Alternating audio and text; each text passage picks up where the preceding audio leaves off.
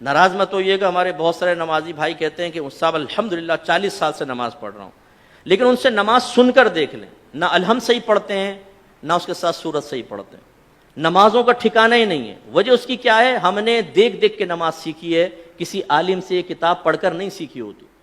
ہم مسجد میں آتے ہیں ایک یوں تکبیر لگا، کہتے ہیں یہ بھی کوئی طریقہ ہوگا، ایک یہ بھی کوئی طریقہ ہوگا، ایک آئی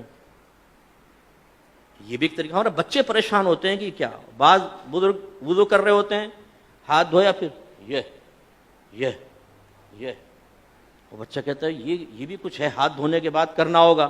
اب اسے پتہ نہیں یہ سنت ہے یا خلاف سنت۔ ہمارے نوجوان بعض اوقات نماز پڑھ رہے ہوتے ہیں، پف نکلی ہوئی ٹوپی غائب۔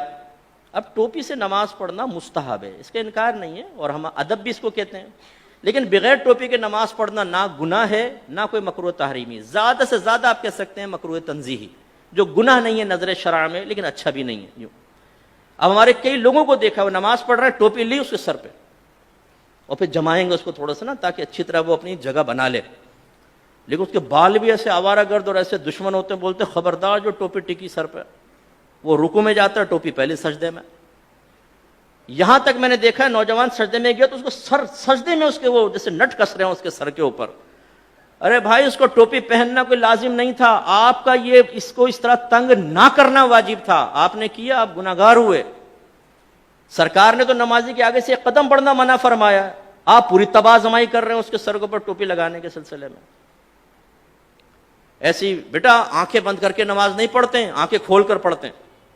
حالانکہ فقہ نے واضح لکھا ہے کہ اگر آنکھیں بند کر کے خشوع و خضوع زیادہ ہوتا ہے تو مستحب ہے کہ آنکھیں بند کر کے نماز پڑھیں، اور اگر آنکھیں کھول کر نماز پڑھنے سے خشوع و خضوع آتا ہے، دنیاوی خیالات سے نجات پاتے ہیں، تو آنکھیں کھول کر پڑھنا مستحب ہے۔ سمجھانا کیا چاہ رہا ہوں، دین سیکھا نہیں ہوتا ہم نے، سنی سنائی بات یا مسجد میں آ کے وہی آبزرویشن کے ذریعے جو ہم نے سیکھا ہوتا ہے اسے دوسروں پر مسلط کر رہے ہوتے ہیں۔ بچہ بیٹھا ہوا ہے پاؤں ہلا رہا ہے، بیٹا ایسے پاؤں نہیں ہلاتے، نحوست ہوتی، وہ بچہ رک جاتا ہے۔ اب بھائی کہاں سے نحوست ہوتی ہے یہ بتائیے، پاؤں ہلانا کہاں سے نحوست ہے؟ یہ تو کوئی نحوست نہیں ہے، شریعت نے تو کوئی منع نہیں کیا۔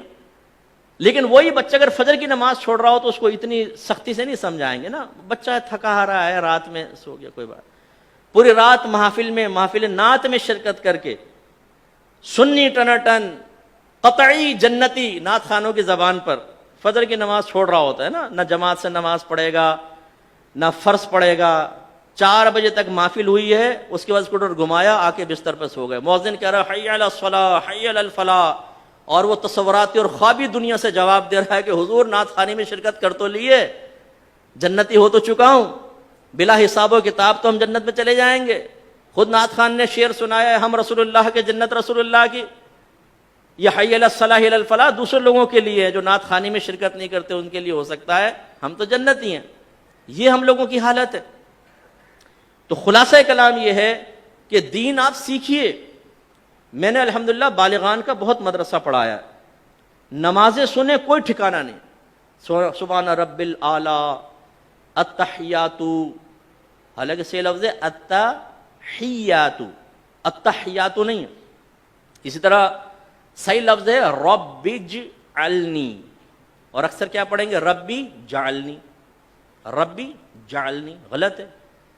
یہ اصل میں اجعل صیغہ امر کا، ربی کو با کو جیم سے ملائیں گے حمزہ وصلی گر جائے گا، رب اجعلنی، رب اجعلنی، لیکن ربی جعلنی۔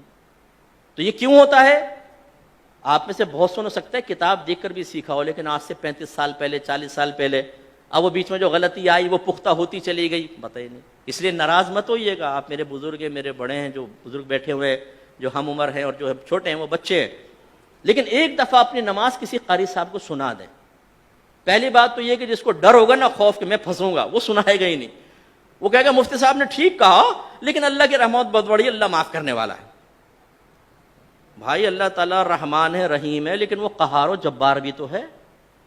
اس کی قہاریت اور جباریت کو فراموش کر کے صرف رحمانیت پہ نگاہ کرنا یہ نبیوں کا طریقہ نہیں ہے۔ وہ وصف نبوت حاصل کرنے کے باوجود، صحابہ کرام وصف صحابیت حاصل کرنے کے باوجود ڈرتے رہے اپنے رب سے، وہ رحمت کا یقین بھی رکھتے تھے اور اللہ کے عذاب سے بھی خوف زدہ رہتے تھے۔ یہ ایک مومن کی شان ہے، تو سیکھیے۔